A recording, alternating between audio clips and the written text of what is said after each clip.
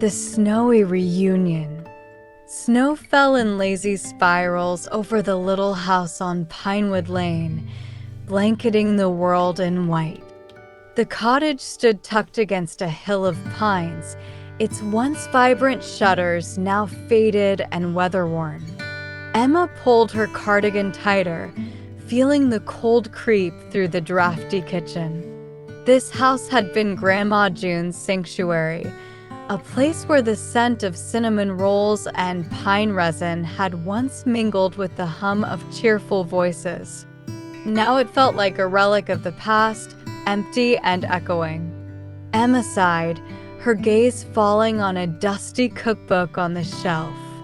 She reached for it, running her fingers over the cracked leather cover. Grandma's handwriting was etched on the first page, "For those I love. Feed them well, and they'll always come back." She flipped through the pages, memories surfacing with each smudge and stain, until a yellowed recipe card slipped out. She caught it midair and read, "Grandma's winter stew, for family nights." Her breath hitched. She remembered it, thick and savory, warming them after hours of playing in the snow. But the recipe had been lost to time, just like the family's closeness. The ingredients were strange and specific. Grandma's spice blend, a sprig of fresh pine, and winter root vegetables. But it was the handwritten note at the bottom that tugged at Emma's heart, made best when everyone helps. She stared at the card, the weight of the past pressing down. Grandma always believed food could mend anything: hearts, disagreements, even families. Could it work for theirs? Grandma June had been the heart of their family. Every Sunday, her house filled with laughter and clinking plates as she cooked meals that seemed to pull everyone closer. She had a gift for turning food into magic, finding ways to make even the simplest dishes unforgettable. But when Grandma passed 5 years ago, everything fell apart. Her death left a void no one knew how to fill. Old wounds surfaced. Mark, the oldest, felt burdened by responsibility, resenting the others for leaving him to handle Grandma's affairs. Lily, once Grandma's cooking protege, had distanced herself, claiming she was too busy with work. Theo, the cousin who lived closest, was hurt by feeling forgotten, especially since his farm supplied much of the food Grandma had used. And Emma, the youngest, carried the guilt of never visiting enough, afraid she hadn't shown her gratitude. Now, they barely spoke except for perfunctory holiday texts. Emma hesitated before calling Mark. When he picked up, his voice was curt. "Emma? What's up?" "I found Grandma's old stew recipe," she said quickly. "Do you remember it?" There was a pause. "Yeah," he said softly. "It was her favorite." "Why?" "I thought maybe we could make it together." Mark let out a dry laugh. "Us? Together?" "Yes, us." Emma swallowed her nerves. "I need your help. Anne, I think we all do." Mark eventually agreed, though his tone carried skepticism. Her next call was to Lily. "Grandma's stew." Lily's voice softened. "I think I still have her spice jar somewhere." But then her hesitation returned. "Emma, do you really think it's a good idea? Last time we were all together." "It doesn't have to be perfect," Emma said. "It just has to happen."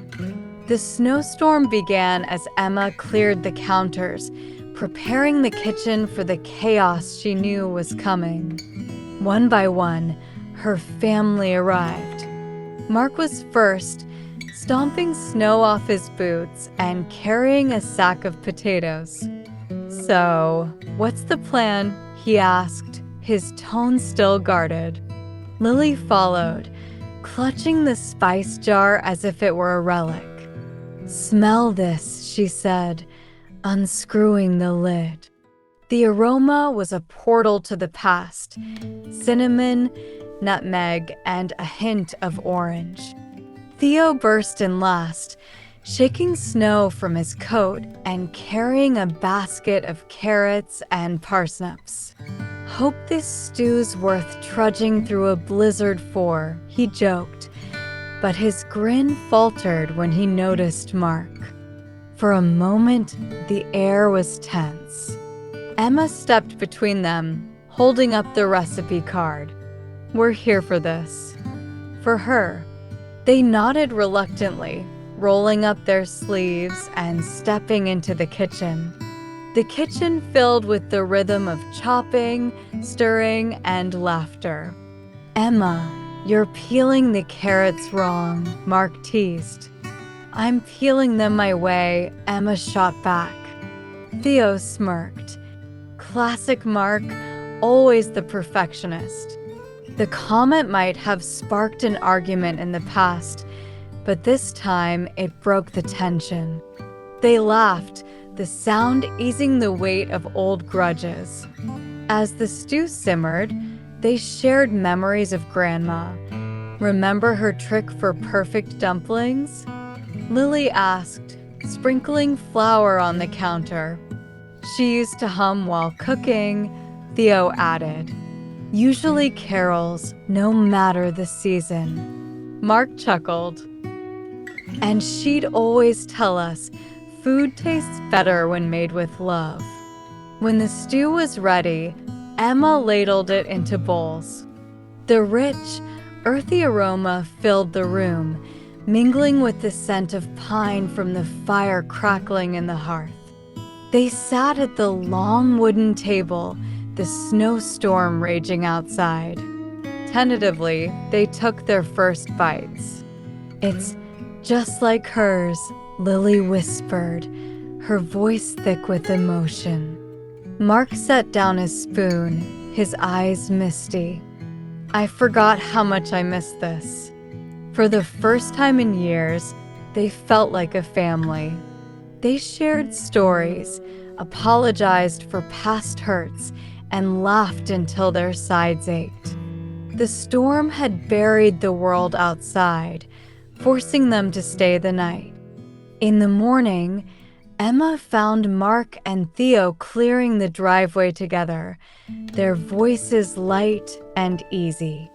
In the kitchen, Lily was humming as she cleaned up. Emma sat at the table, holding the recipe card. She added a note at the bottom: "Brings family back together. A winter tradition." She smiled, imagining Grandma's approving nod.